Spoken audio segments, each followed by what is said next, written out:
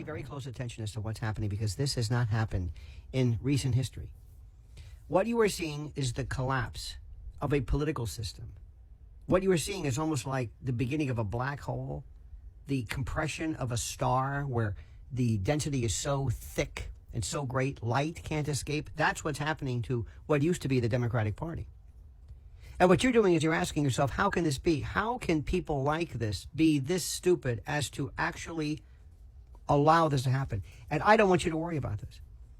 Because you see, for the longest time, the people who ran the Democratic Party years ago were actually Democrats, people who believed in something. Oh, they might have been liberals, but they weren't necessarily out of their minds. And then something happened. When Biden came in, it began the intrusion upon the party like a virus. Like a virus that, think of this globe, in essence, a very interesting analogy, of a virus going into the Democratic Party and rewiring everything, the DNA, the genetics, the code. It looks like the Democratic Party. It seems like the Democratic Party, but it's not. They turned it over to every psychosexual, degenerate, perv, pedo freak you can imagine.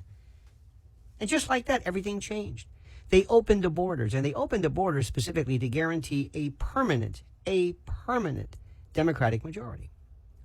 The goal is very simply to destroy and to abrogate, if you will, in reverse, the filibuster, to pack the Supreme Court, to make D.C. the 51st state, and to forever contaminate and change everything so that these demented, sick, perverted, vile human beings can run the show. Now, the people like Nancy Pelosi, yeah, they're bad. AOC, yeah, but they're really not the people who run the show. It was this virus, the police state, the intel state, the shadow government, the ruling class, whoever they were, who came in. And they wanted to destroy everything, including the borders, crime. They wanted to make race wars. They were almost Manson-esque in their desire to destroy racial harmony because believe it or not, blacks and whites got along with each other. Black folks may have had a problem with the cops. Black folks may have had a problem with the government. But black folks and white folks got along, and they didn't like that. So enter Black Lives Matter. And a bunch of loudmouths who came in to try to separate Americans, to separate them by race, and then by gender, and then by sexuality, because they wanted to change everything. They wanted to pull us apart.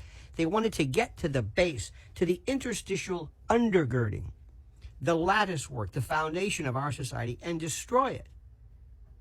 And they were on their way. But without thinking this through, for reasons I will never understand, they decided to put it in, or they decided to do this, while allowing for this demented coot to run the show. And since June of 2017, when this wizened dotard, this demented sexual freak who preyed on women, asked Tara Reid, and children, and smelled kids' hair, and did all of this stuff before our eyes, along with that awful scum, that syphilitic seed, that spawn, that waste of flesh, that hominid hunter.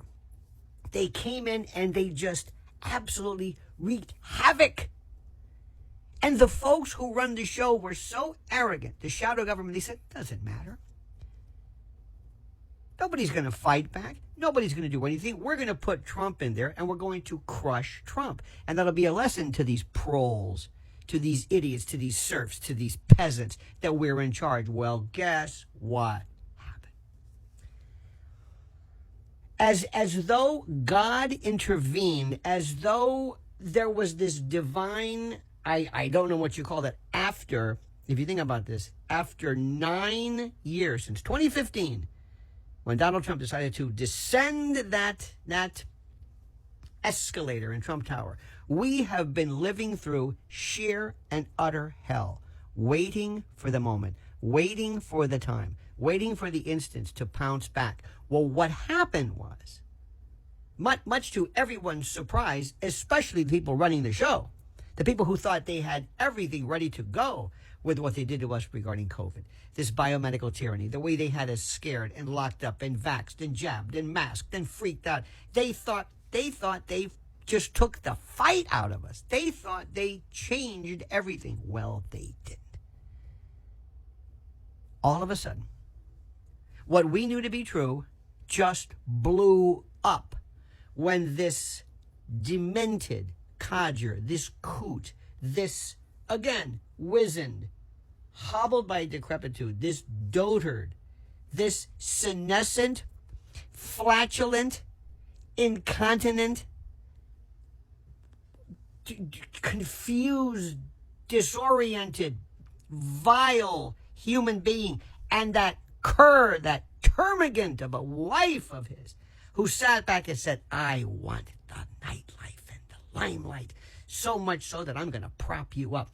After putting us through every conceivable hell there is, after turning loose, and this is to me their number one, the thing which I will never forget them for and forgive them for, is turning loose these paraphiles, these demented, sick, predatory, vile, disgusting.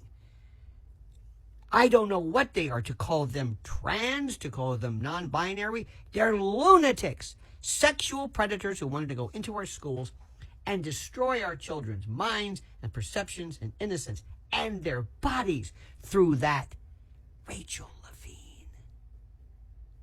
It all came to a head like a huge sebaceous cyst, which is even worse than a cyst.